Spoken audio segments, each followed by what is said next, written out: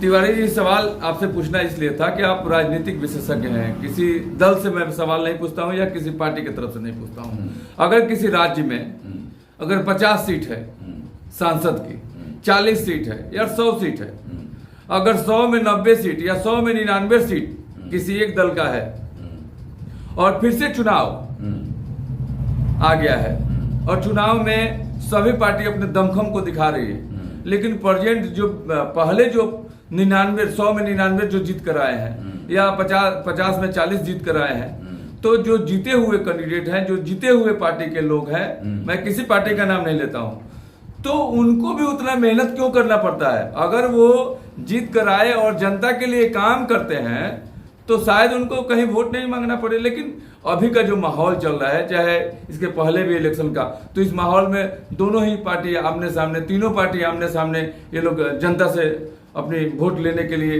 बहुत सारे कटाक्ष भी होते हैं। इस पर क्या कहेगा? आप पुराने राजनीतिक विशेषज्ञ हैं, इस पर आखिरकार क्यों इतना ये होता है, बताइए। देखिए ना, मैं पुनः एक बार मतलब दोहरा रहा हूँ जी कि भारत के जो लोग हैं वो काफ़ी ज्ञानी हैं, समझदार हैं और अपने समझदारी का प्रयोग निश्चित हर एक चुनाव में दिखाते हैं, इस बार भी दिखाएंगे जी। लेकिन दूसरी बात जो आपका प्रश्न है, हाँ जी, वह दो मतलब इसके माने उत्तर है जी। पहला उत्तर यह है कि राजनीतिक दल जो है हाँ वो वोट की बंटवारा का पॉलिटिक्स करता है। जी जी जी तो जब वोट का बंटवारा हुआ जी। एक दल को मान लीजिए कि ये 33% हाँ जी। और दूसरे दो दल हैं, हाँ हाँ। आप उनको मतलब आपको 28 से 28%। जी जी जी। तो कम परसेंटेज वोट लेकर के भी जीत गया जी। लेकिन जब दोनों आमने सामने लड़ेगा, जी जी, तो आमने सामने लड़ने का मतलब हुआ कि काफी टसल होगा। बिल्कुल। और उस टसल में यह दोनों वोट जो है, हाँ जी, 38% के खिलाफ या 42% के जी। खिलाफ जो निगेटिव वोट है, जी जी जी। और वो निगेटिव वोट जब एक जगह होगा जी। तो वह भी बहुत शक्तिशाली होगा। जी कहे कि जनता के मत को ही गिनती होगी। जी बिल्कुल। तो यह देखना है, यह फैक्टर होता है, ये काम करने वाला व्यक्ति भी जी अपने संसदीय क्षेत्र में बहुत काम किया जी, लेकिन वो उसके निगेटिव वोट जो है एक जगह हो गया, हाँ तो हार भी जाता है। जी। इसलिए इस लोकतंत्र के लिए जो हमने पहले वाली जी जी जी बहस में जो जी, बात जी, किया था जी, जी, जी। कि जब दो ही व्यक्ति के नाम पर चुनाव है तो क्यों नहीं राष्ट्रपति प्रणाली? बिल्कुल। क्यों इतना देश का राजस्व को खराब करना, क्यों इतना राजस्व खर्चा करना, करोड़ों अरबों रुपया का दुरुपयोग? बिल्कुल बिल्कुल बिल्कुल। एक मंच पर दोनों नेता आएंगे, अपनी अपनी बात कहेंगे। आज मोबाइल का युग है, बिल्कुल। आज हर एक के घर में आपका दूरसंचार, टीवी सब कुछ है, सब कुछ है।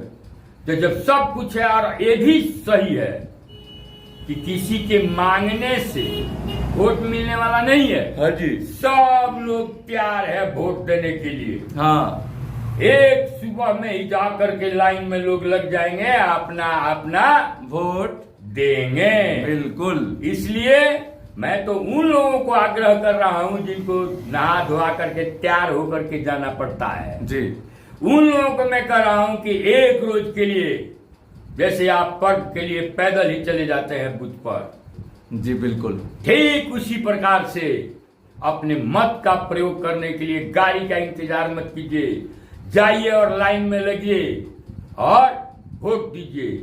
और चुनाव आयोग से भी मैं पुनः आग्रह करना चाहता हूं कि जो लोग वृद्ध हैं, जो लोग असहाय हैं, विकलांग हैं, जिस तरह से उनके वोट को, मत को लेने के लिए दरवाजे तक जाने की व्यवस्था है, वह व्यवस्था किया जाए और एक एक मत जो है वह बटन दबा करके ही हो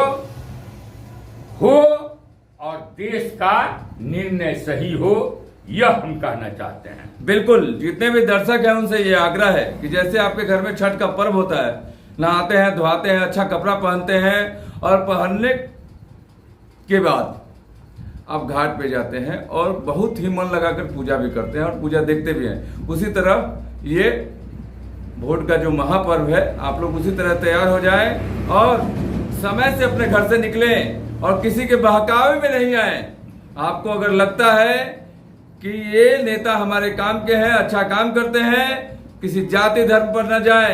नेता अगर अच्छा हो, काम करता हो तो उसे वोट दें, चाहे जिस भी पार्टी का हो। सारी पार्टियां अच्छी होती है, कोई पार्टी बुरा नहीं होता है, बस काम करने वाला अच्छा होना चाहिए, आपके विषय में सोचने वाला अच्छा होना चाहिए। हमारे देश के लिए, हमारे राज्य के लिए, हमारे गांव के लिए, हमारे घर के लिए जो नेता बेहतर काम करता हो उसे वोट दें।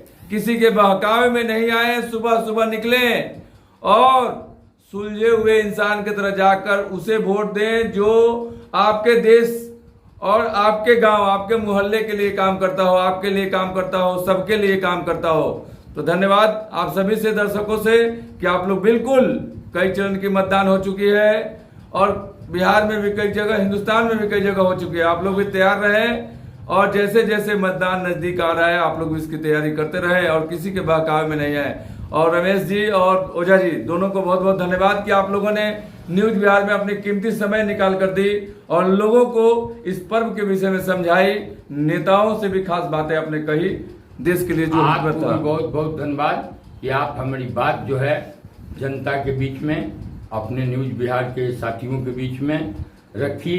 और मैं चाहूँगा कि साथी मित्र जो लोग भी हैं, आप भाई बहन, आप भी इस बात को शेयर करके, लाइक करके, या कुछ आपको अगर इसमें लगता हो तो उसको बात बताने की भी आप कमेंट के द्वारा प्रयास करें। बिल्कुल, सभी लोग शेयर भी करें, लिखे भी। अगर उनके भी अगल बगल में कोई राजनीतिक माहौल है, ऐसी कोई चर्चा है तो आप शेयर भी कर सकते हैं, लिख भी सकते हैं। बहुत बहुत धन्यवाद, आप दोनों को नमस्कार।